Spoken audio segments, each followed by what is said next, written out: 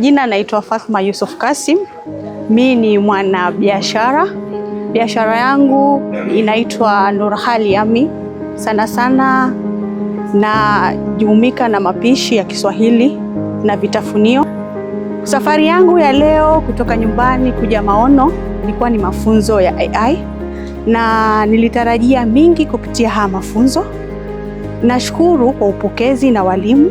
Kama mimi mwanabiashara sahihi kutumia elimu hii niliyopata kutoka Maono, naweza kutofautisha kuwa hii ni origin ama hii imeongezewa.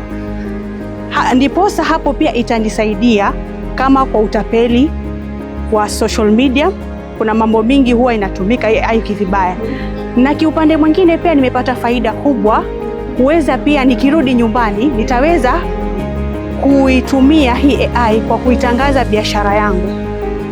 Kwa kutangaza biashara yangu itaweza kupanua na kupata wateja. Na kwa hayo machache ningependa kuwashukuru wana Maono na watu wote wale wote waliopanga hii program. Mungu awabariki na mtuletee mazuri na tuwe pamoja kwa hii njia.